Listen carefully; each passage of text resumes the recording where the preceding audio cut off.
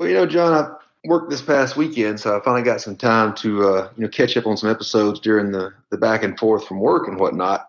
Following up on a couple of things here and there. I did get some messages over the past couple of weeks agreeing and confirming that the trimming of the armpit hair is amazing in regards to sweat, stench, deodorant, perspirant working, etc. So I just got to know, have you at least attempted this yet? Have you followed up? Have you seen if there was any, correctness to my statements? I'm going to file that under shit I don't care about. I mean, you can keep sweating and stinking and having stains in them pits, son. I actually only really sweat on my head, and I don't really get a lot of armpit sweat, so maybe my hair is on point. You don't have hair. How is it on point? Well, that's why my head's awful. It has no place to go, so it just all drips down my face. Why didn't it run down the back? Maybe it falls forward, gets pooled up in the dent on my forehead. You got to quit looking down and being mope. You got to look up. See the sun. Aspire to fly higher. Soar, eagle, soar. 1, 2, 3.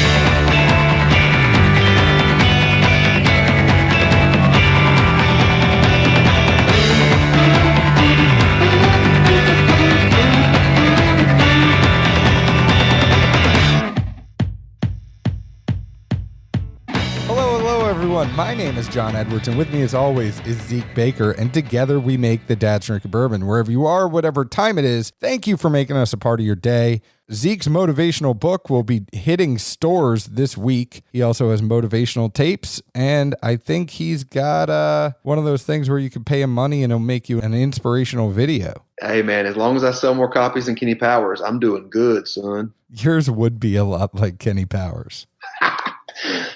The early years. Volume 1. I do have to say, speaking of motivation and inspiration, I've very much been motivated by the fact that Cobra Kai came to Netflix. God. What? You find the most random, awkward things to watch. How is Cobra Kai a random and awkward thing to watch? I can't even say it. Did you ever watch The Karate Kid? Yeah, wax on, wax off. Yeah, Cobra Kai was the competing dojo against the Miyagi-Do dojo. I just remember wax on, wax off. You don't remember Sweep the Leg? I tried that move a couple of times and the females didn't respond too well. They preferred the wax on, wax off. Well, just picture this incredibly complicated character development that if Johnny Lawrence was not as bad all along as you thought he was. Well, sure. He was a kid. He was controlled by that crazy teacher. This is a simple plot twist. Woo. It's actually very, very well done. I'm more concerned about how many times you had to sweep the leg in order to pull in a female. I never swept the leg to pull in a female.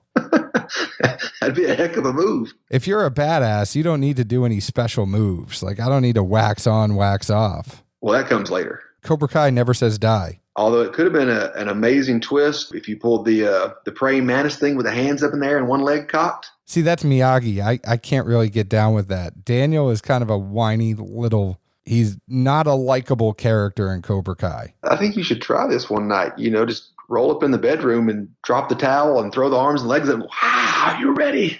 I don't think Daniel's son said, "Are you ready?" It's like if Daniel's son and D-Generation X got together. I'm just saying, you got to be creative, man. I don't know. I won't take any pointers from you. Today's show is sponsored by CaskCartel.com, changing the industry standard as to how you get your alcohol.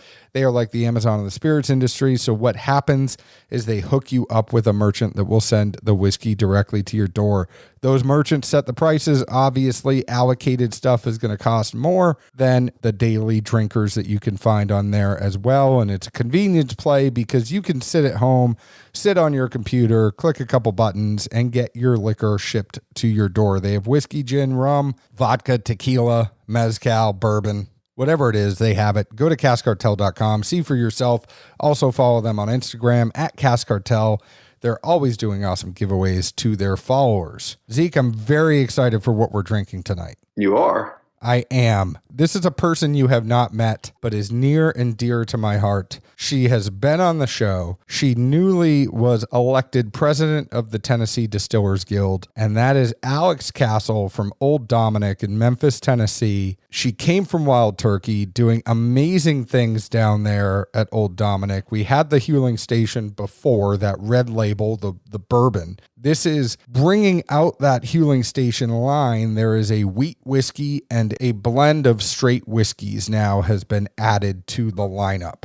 That wheat whiskey comes in at 90 proof. It is a mash bill of 83% wheat, 12% corn, and 5% malted barley. This started way back in 2014. They worked with MGP. They developed the mash bill and the barrel entry proof. Admittedly, this wheat whiskey, Alex did say that it ages a little bit slower. This is stuff you and I have talked about before, and they were really worried about it. They said it turned a corner in 2018, but it is a lighter flavor. It's a lower proof than the regular Huling Station bourbon. They think it's a more approachable whiskey. Now, the blend of straight whiskeys, by the way, is 50% of the wheat whiskey and 50% of the bourbon at 100 proof. All right, let's slow down a little bit and stay focused here so we don't lose anybody. I don't think anybody was lost except for your dumbass. Well, I got derailed because when you said a female that was near and dear to your heart, I was expecting Little Debbie. And then something else came out, and I just had to circle back and figure out what you were trying to talk about. So I made you hold on that joke for a very long time? Yes. I will now refer to her as Madam Presidente. That is what I'm going to refer to Alex Castle as from now on. So this is still Indiana juice, though. This still is MGP, and they have some stuff. Their Tennessee whiskey and their high rye, they're both lying dormant, but this stuff was distilled at MGP, but Alex had a big hand in, what the barrel entry proof was, what the mash bill was, so they got to actually go and contract some of that out. And you said on this wheater, it's only 12 wheat? It is 83 wheat, 12 corn, and 5 barley. Oh, okay. Yeah. See, I told you were going too fast. I wrote those down backwards. So I was like, how do you have a wheater with only 12%? You can't. It wouldn't be called a wheater. Well, hence my question here. Okay. What other questions do you have? That's what I had so far. So you're 2 for 2 right now, Statman. I'm here to help. What did you think? Let's start with this wheat. As the straight is the blend of the wheat and the bourbon, let's talk about this Huling Station wheat at 90 proof. What did you get on it? On the nose, the first thing I kind of picked up was what I kind of equated to hints of being in a smaller barrel. I don't know if these are or not. I just feel like over time, various distilleries and their products, the stuff that's been in a smaller barrel, it just has some intangibles to it that seem to carry across the board. Moving past that, the predominant thing I picked up, it really reminded me of French toast and syrup, and I just said, what the hell, let's go ahead and throw in some bacon as well. There was a little bit like a salty characteristic to it almost, which I would assume some of the char coming off in there and the younger product. After that, I just picked up what I put down as resin. I couldn't really specify what type of resin, but it just seemed like a resin off of wood type of smell. Palate-wise, it was a little more, I guess, perplexing to a degree. My first note simply says it seemed like two forces fighting against each other. There was some warmth, then some corn syrup, almost seemed like a little bit of cough medicine-y and a cola action going on.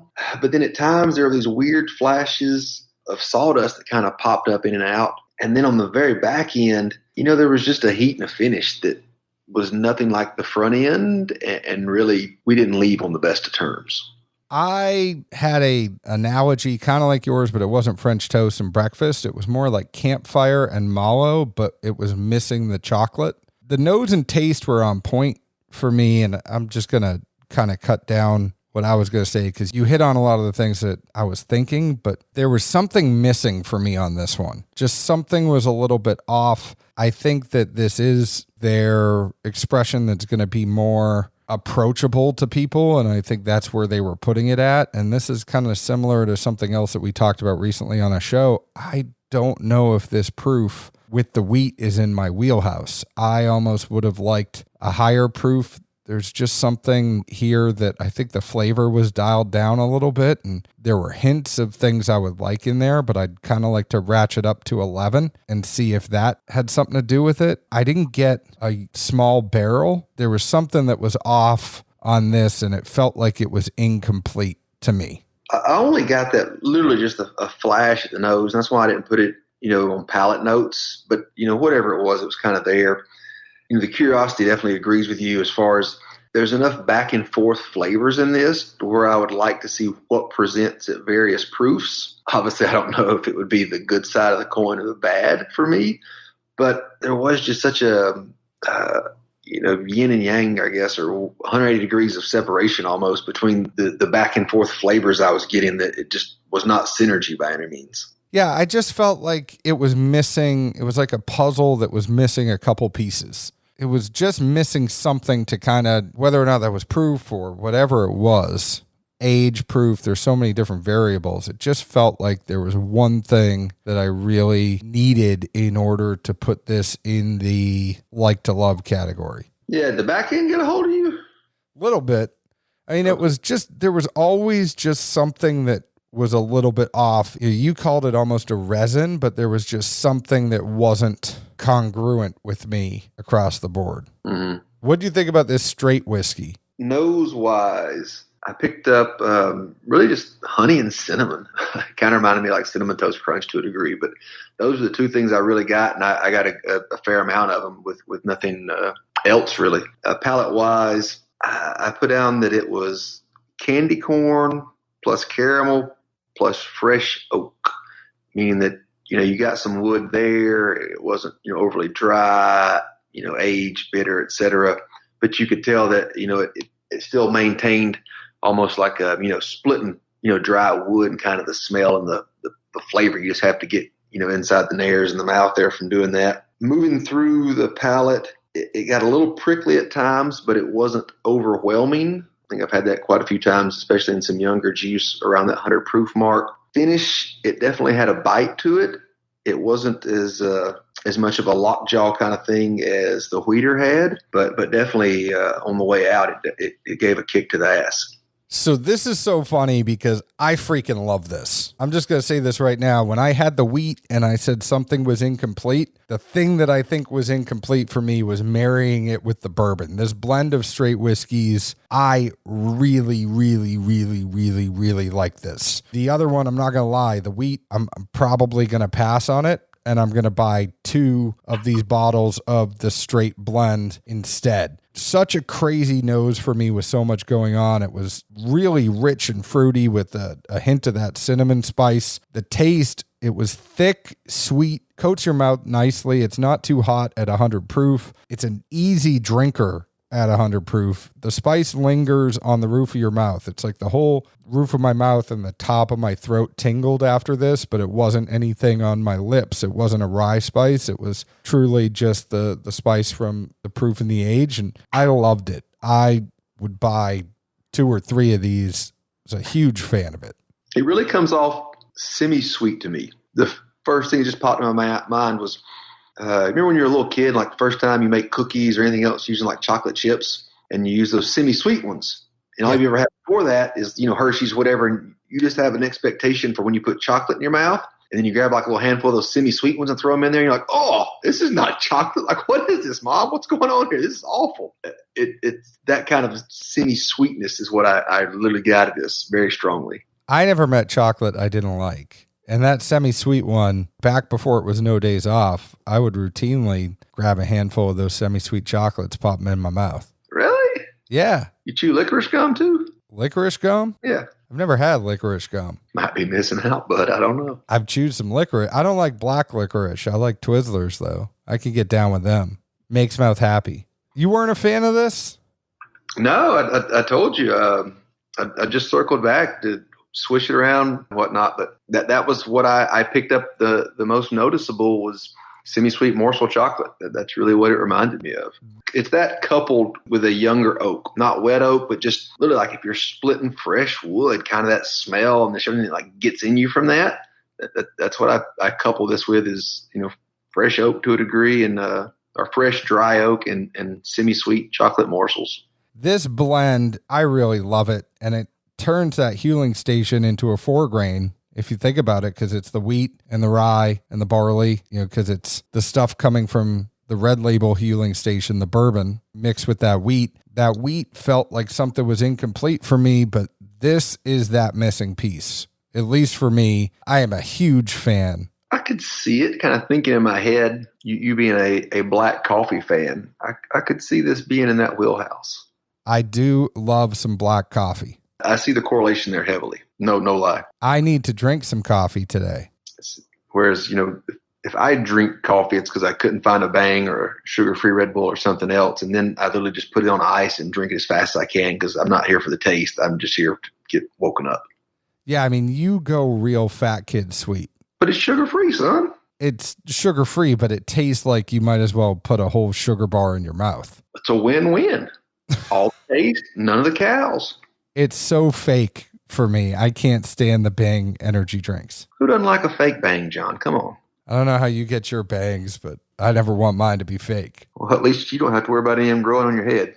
Fair enough.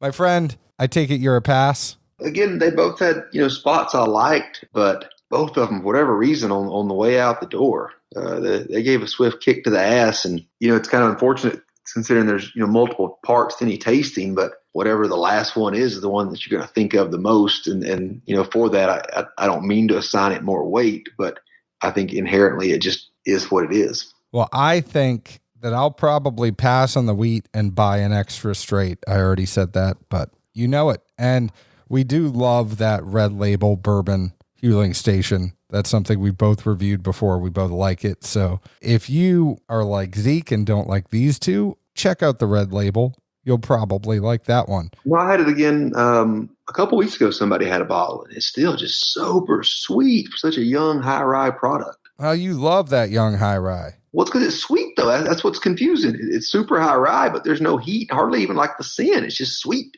That's your Bang energy drink right there. That is a glowing endorsement of the Huling Station red label from Zeke. I'll have to work on finding some synergy between the Bang line. We'll see what we could do. Get the official Dad's Drinking Bourbon Glencairn by going to premiumbarproducts.com. You can see my friends Carson, Janie, Vicky. If you are a distillery or a bourbon group or a shop and you want to do more of a wholesale order, I'll get you in touch with them. But if you want to get the Dad's Glen or you want to laser etch some bar products yourself, they have all sorts of different glasses there, from the Perfect Dram to the Wee Glencairn to the Glen to the Tua and the Neat Glass. Check them out at Premium Bar Products. They also have bar tools there if you want them. You can find us on Facebook at Dad's Drinking Bourbon, Twitter at Bourbon Dads, Instagram at Dad's Drinking Bourbon. You can find us wherever you download your podcast. Please leave us an open and honest review like we leave open and honest reviews about the whiskey we drink. We thank Old Dominick for sending us these whiskeys. By no means does sending us whiskey have anything to do with a favorable review. We always give our open and honest opinions, and we hope you do the same. Zeke, where else can the folks find us? Big Cat, hopefully in the same damn room sooner than later. I hear a masker off in Williamson County. Let's hope. See you later, Dapper Dan. Ciao.